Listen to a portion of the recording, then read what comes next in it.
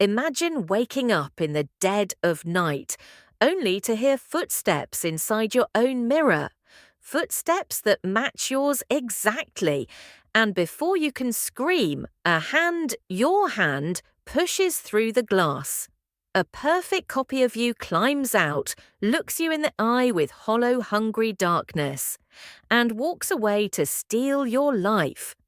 This is the terrifying story of Tare, the man who sold his reflection for gold, and discovered the price was far more than he ever imagined. Fair African Tales. Subscribe and turn on the bell for new stories.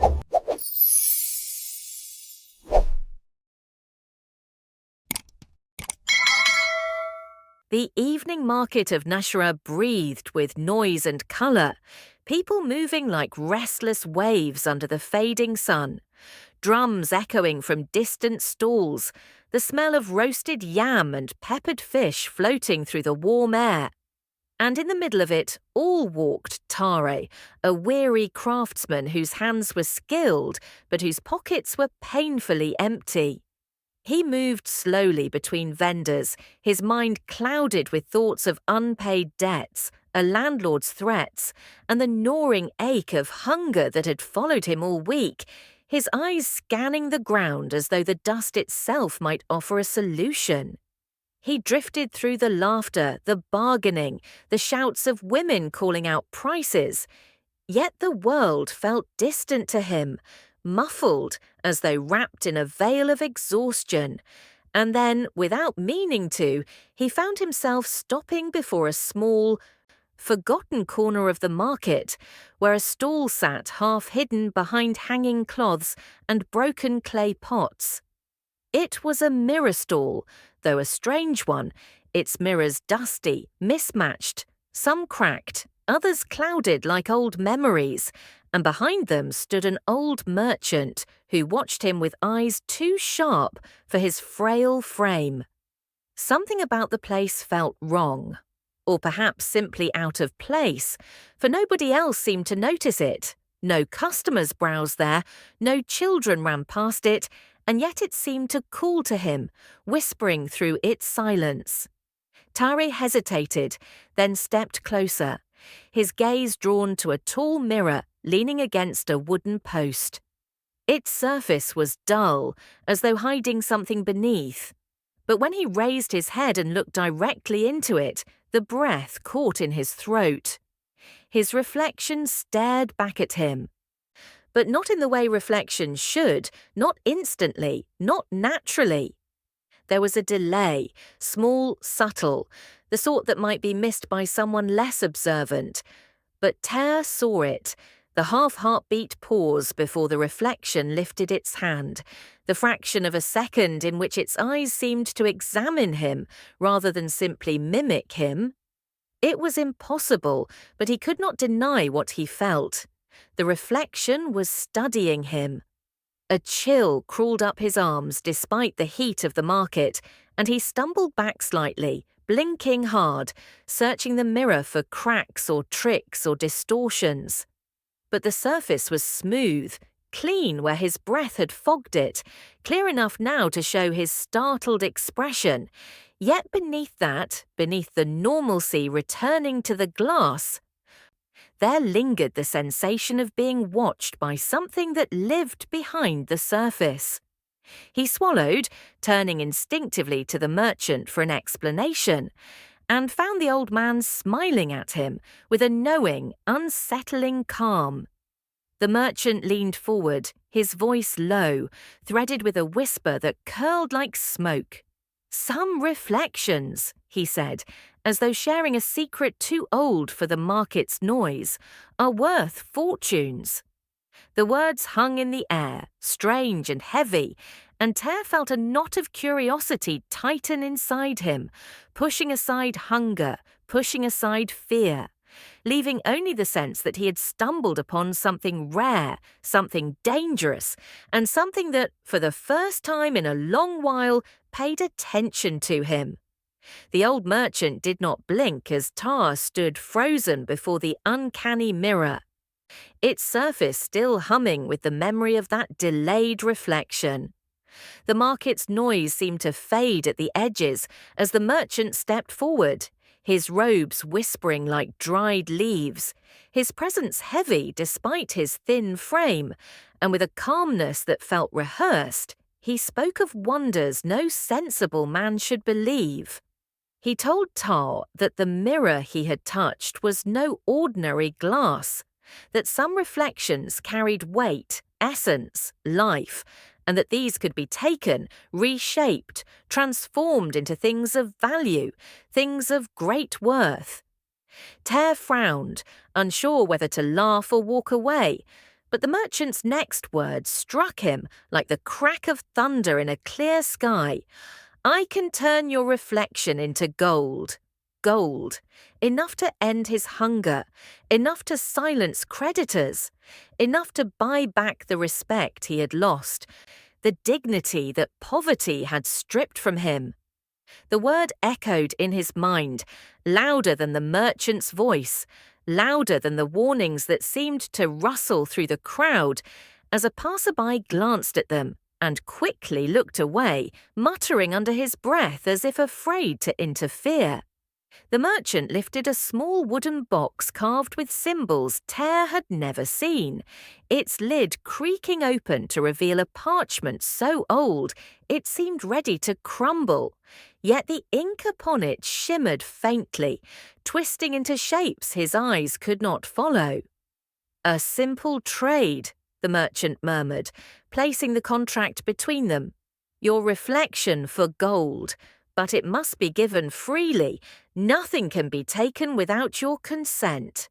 Tare's heart pounded, and he tried to reason with himself, to question the logic, the morality, the sanity of signing something so strange. But desperation wove itself around his thoughts like vines, squeezing out caution, replacing fear with longing.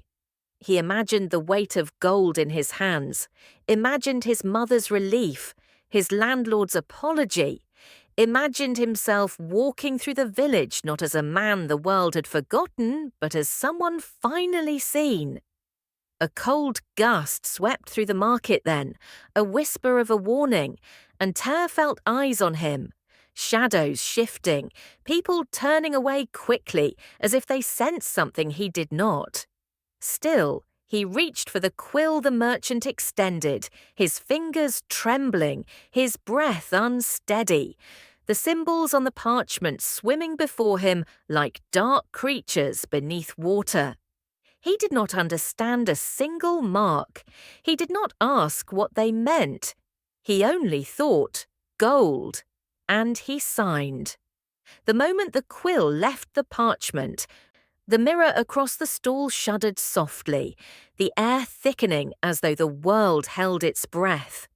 Ter turned just in time to see his reflection freeze, perfectly still, its eyes locked on his, no longer following his movements.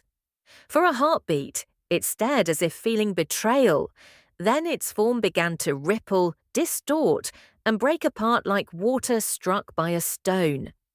Light flared within the glass, and with a soft, almost sorrowful sigh, the reflection melted, literally melted, into streams of shimmering gold that burst from the mirror's base, spilling onto the ground in glittering torrents, filling baskets, pooling around Tare's worn sandals, climbing over his feet like warm, living light. He gasped, stumbling back in awe and disbelief, blinded by the beauty of it. Overwhelmed by the impossible miracle he had purchased with nothing more than ink and ignorance. The merchant only smiled, the corners of his lips lifting in a way that suggested this was not the first time such a trade had been made, nor the last. And as Tare knelt to gather the gold that now belonged to him, he did not notice the faint, shadowy imprint of a face flicker across the mirror's surface. Silent, watching, waiting. For a time, Tara lived inside the dream he had once begged the gods to grant him, walking through the streets of Nashira with the quiet confidence of a man who had finally escaped the chokehold of poverty. His clothes new, his house repaired, his debts vanished like smoke carried off by the wind. People who had once turned their eyes away now greeted him with respect, and some with envy. And the craftsman who had struggled to afford a single meal now dined on the finest dishes, gold coins stacked discreetly in woven bags beneath his bed. But prosperity carried a strange silence with it, a silence that crept into the corners of his life long before he realized something had begun to change.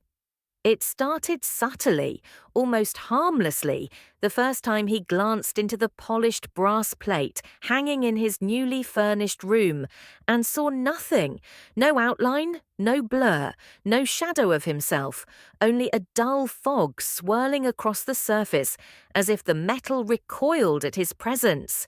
He rubbed it, assuming dirt or fingerprint smudges, yet the fog stubbornly thickened wherever his face should have been. He frowned, but brushed it off, telling himself it was some flaw in the metal. Yet when he approached the tall mirror he had recently purchased, a flawless piece of craftsmanship, its surface clouded instantly, whitening like breath on cold glass, leaving only a faint shimmer that refused to solidify into a reflection. It was as though the mirror shut its eyes when he came near. Day by day, the strangeness multiplied. Water in a basin no longer showed even the vaguest hint of his shape, only ripples spinning outward as though disturbed by a presence that was not his. Polished windows blurred the moment he passed. Even the shadow he cast at dusk seemed slightly wrong, stretched at odd angles, lighter than it should have been, as though something was missing within it. He tried to ignore it, burying himself in comfort, in gold, in the illusion that nothing was wrong. But the village children were not so easily fooled. They stared at him in the marketplace with wide, frightened eyes, whispering behind small palms until one brave child finally said it aloud, voice trembling, "Mama, that man has no shadow face." The words dug into him like thorns, and he walked away quickly, heart pounding, unable to shake the sensation that something unseen followed him through the crowd. By night, the unease deepened. Sleep came slowly, slipping away at the slightest sound, and Ter began waking to a faint tapping, soft but steady, echoing through his room. At first he thought it was branches brushing his window, but the pattern was too deliberate, too rhythmic, like knuckles hitting a surface. Tap, tap, tap, tap. Always near something reflective, a cup, a window, a shard of old pottery. And once, when he forced himself to stand in the dark and face the sound, he found himself staring at the mirror across the room, its surface black like a well without a bottom. The tapping came from within, each knock like a message, a call, a reminder that in trading his reflection, he had not rid himself of it.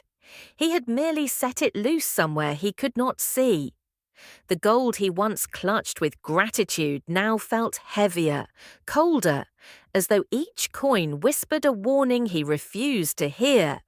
And slowly, the bright joy of his new life began to dim, swallowed by a rising sense that he was being watched from the other side of every empty surface. The night his terror truly began was unnaturally still, the air thick and unmoving, the darkness in his room heavier than any he had known. Ter had been tossing in uneasy sleep when a sound pulled him sharply awake. Not the tapping he had grown dreadfully familiar with, but something far more human, far more intimate, the unmistakable rhythm of footsteps. Soft, slow, but not approaching from outside his door or from the hallway. They came from the mirror. He froze, every muscle locked as he listened, his breath trapped somewhere in his chest. The steps matched the exact cadence of his own walk, the way his right foot landed just a fraction heavier than the left, the subtle scrape he made when shifting his weight. It was like hearing a version of himself moving in the dark. Only he was still lying rigid on his mat, staring at the mirror across the room. A faint flicker rippled across the mirror's surface, a shimmer like moonlight on disturbed water. And the tapping returned for a single heartbeat, a sharp warning knock before the glass darkened again. Then, slowly, impossibly, something pushed against the interior of the mirror. Not a shadow, not a reflection, but a shape forcing its way through as though the surface were a thin membrane rather than solid glass. Ter scrambled backward, horror clawing up his spine as a hand, his hand, pressed out into the room, fingers curling onto the wooden frame, pale and trembling with effort. Another hand followed. Then a head pushed through, the face an exact replica of his own, except the eyes were wrong, hollow, hungry, black as abandoned wells. The reflection stepped fully into the room, its form flickering as if struggling to remain solid, its body dripping faint shards of silver light that faded before they hit the floor. It stood upright, straightening slowly, and for a long moment the two faced each other, identical in every feature except the emptiness behind the creature's stare. "Ter," it whispered, though its lips barely moved, the voice sounding distant and layered, like two tones speaking at once from deep inside the mirror. Tari tried to speak, to scream, to call for help, but his voice failed him and no sound came. He watched helplessly as the reflection lifted its head, tilted it with an eerie familiarity, and began walking toward the door with his gait, his posture, his every movement perfectly replicated. The next morning, everything he owned began to vanish. Bags of gold he had hidden under the floorboards were gone, his savings emptied, his fine clothes missing, and the neighbours whispered that they had seen him wandering outside long before dawn, behaving strangely, muttering to himself, laughing at nothing. Within days, the damage worsened. Someone using his face had insulted the chief trader at the market, spat at a grieving widow, broken into a storehouse. Others claimed they saw Ter slipping coins into his pocket that were not his, or threatening a young man for reasons unknown. His reputation crumbled in whispers and accusations, every rumour slicing away another piece of the life he had built. He tried to deny it, tried to insist he had been home, asleep, innocent. But the villagers shook their heads, their fear outweighing their belief in him. "We saw you, Ter," they said. "Your face was clear in the lamplight." And that was when he finally understood the truth. A truth that dropped into him like a stone sinking through water. The creature born from the mirror was no longer bound to glass. It walked freely, wearing his face, living his life, taking everything he owned and everything he was. He had sold his reflection, and now it had come to collect the rest. Panic drove Ter into the streets before dawn, his breath sharp in the cold morning air, his thoughts tangled with fear and fury as he rushed toward the part of the market where the mirror stall had once stood. He arrived to find nothing, no stall, no dusty mirrors, no tattered canopy. Only an empty patch of ground where footprints and wheel tracks from other vendors overlapped the space as though it had never been occupied. He searched the nearby stalls, demanding answers from merchants who looked at him with confusion, shaking their heads, insisting no such mirror seller had been there the night before, nor any night in recent memory.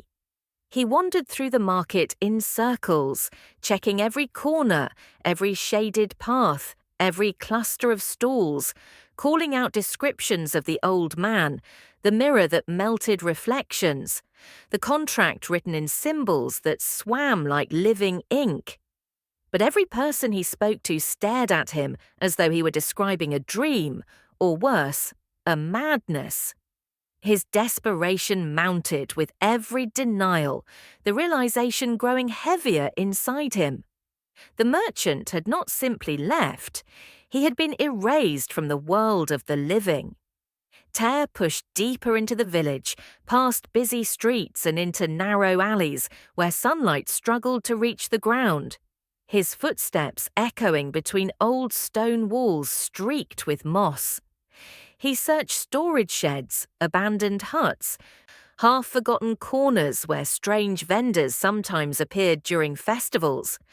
But each time he arrived too late, each place empty, their silence mocking him. The reflections' crimes continued to spread through the village like ripples in murky water, and with each rumour, each accusation, Ter felt his identity slipping further away. Finally, exhausted and trembling, he sought the wisdom of the elders, the ones who carried stories older than the village itself, hoping one of them had seen what others denied. Most dismissed him with pity, their eyes soft with concern but empty of knowledge. But then, in the oldest part of Nashira, beneath a baobab tree so massive its roots twisted like the arms of ancient spirits, he found an elder who listened to him in grave silence, his eyes narrowing with recognition rather than disbelief. "You have traded with a being you should never have spoken to," the elder whispered, his voice rough like wind passing through reeds. He traced a shape in the dirt with his staff, a circle split by a jagged line. "We call him the Collector of Reflections." The name alone sent a shiver through Tar, but the elder continued, his words heavy with old fear. "He is not a man, not anymore.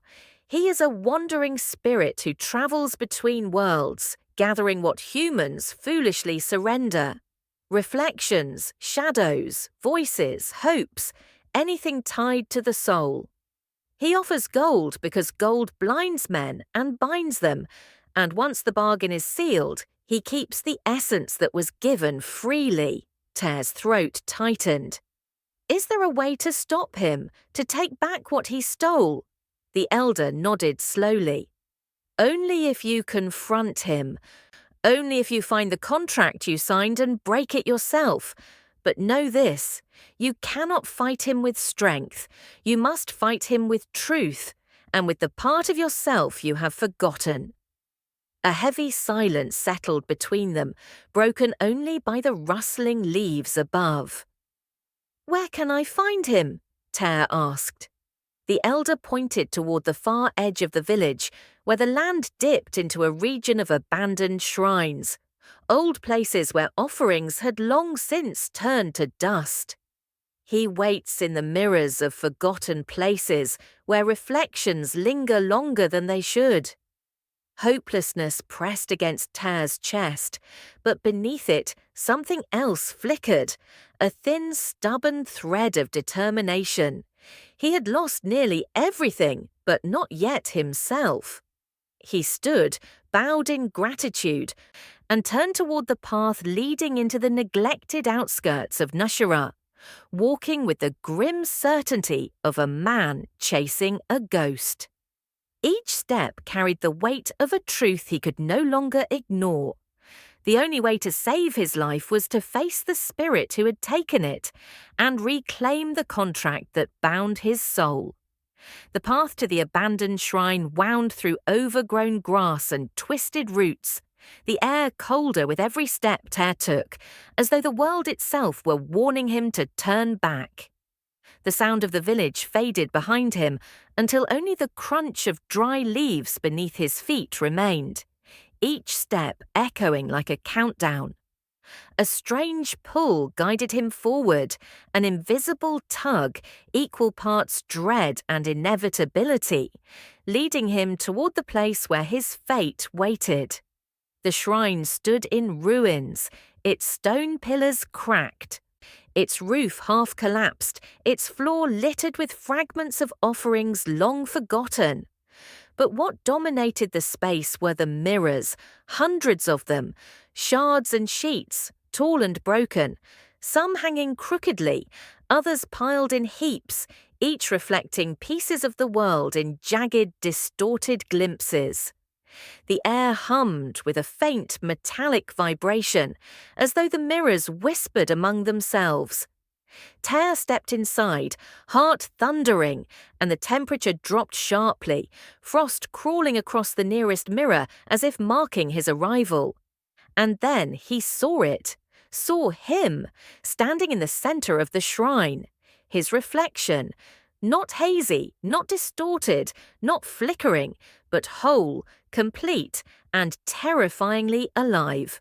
It stared at him with eyes too sharp, too clear, burning with a hunger that made Ter feel suddenly small, stripped of all pretense.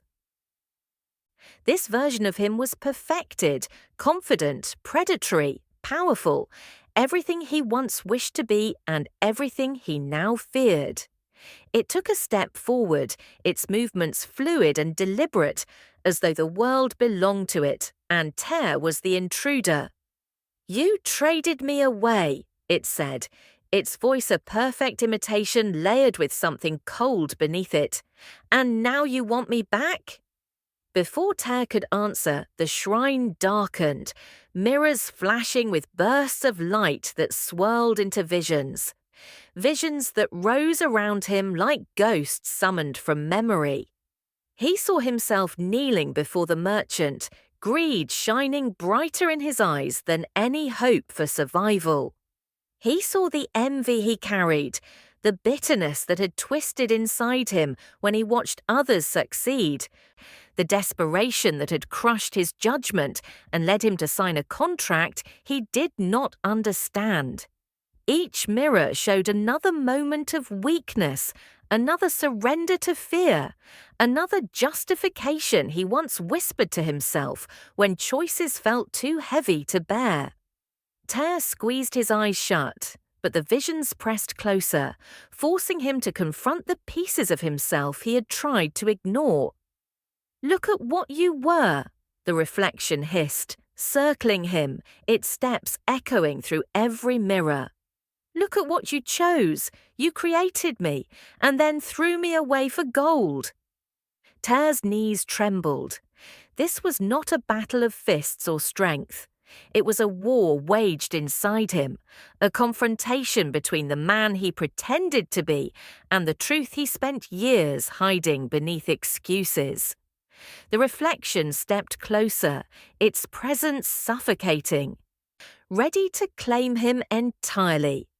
And then the air rippled.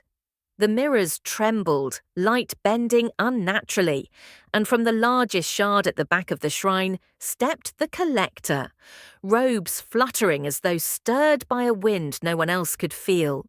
His eyes glowed with a cold, ancient intelligence, his smile faint and unreadable. "Ter," he murmured, voice soft yet echoing like thunder across the broken shrine. "Your story bends toward its end." The reflection turned toward the spirit with reverence, or perhaps obedience, waiting. The collector lifted a hand, and a familiar parchment appeared between his fingers, glowing faintly, the ink shimmering like trapped shadows. The contract. "You wish for your reflection back," the collector said, shifting his gaze to Ter. "You wish to be whole again, to reclaim your life." Ter swallowed, his voice barely steady. "Yes." "Then take it," the spirit replied, extending the contract toward him. "Take it, if you give up everything you gained." Silence struck the shrine, heavy and absolute. This was the choice he had spent his life running from, the choice to confront the greed that had consumed him and decide whether his soul was worth more than gold. His reflection sneered, confident he would fail, confident he would cling to wealth even now. The mirrors flickered with scenes of his comfort, his power, the life he could keep if he simply turned away and allowed the creature before him to fully replace him.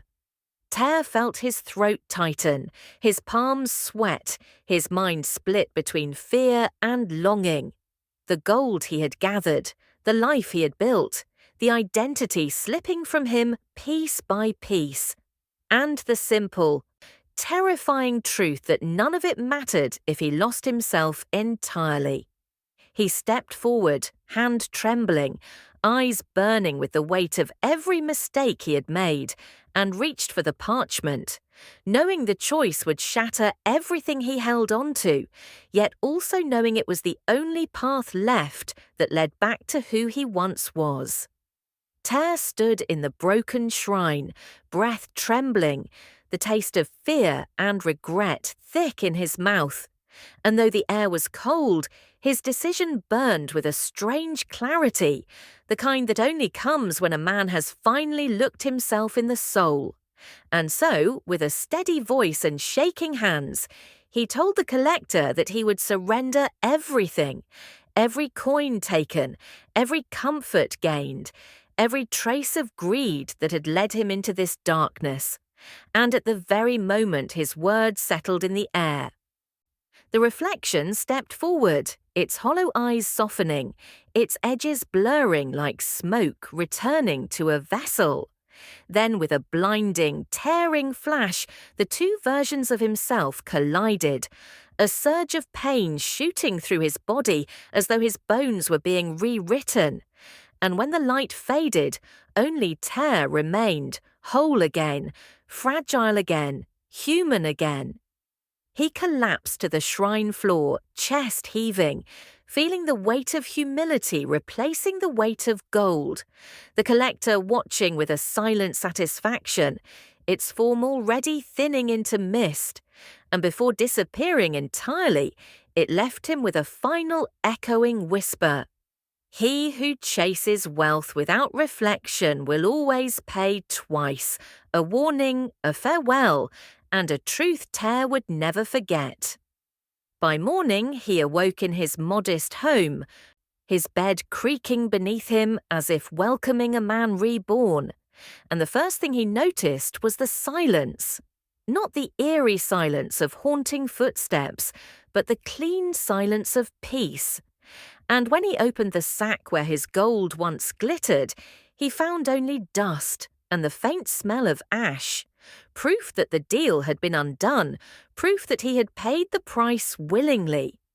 The villagers approached him cautiously at first, uncertain after the chaos his reflection had caused. But as the days passed, it became clear that the darkness had lifted, his actions no longer twisted by a living shadow, and his name slowly regained its steadiness.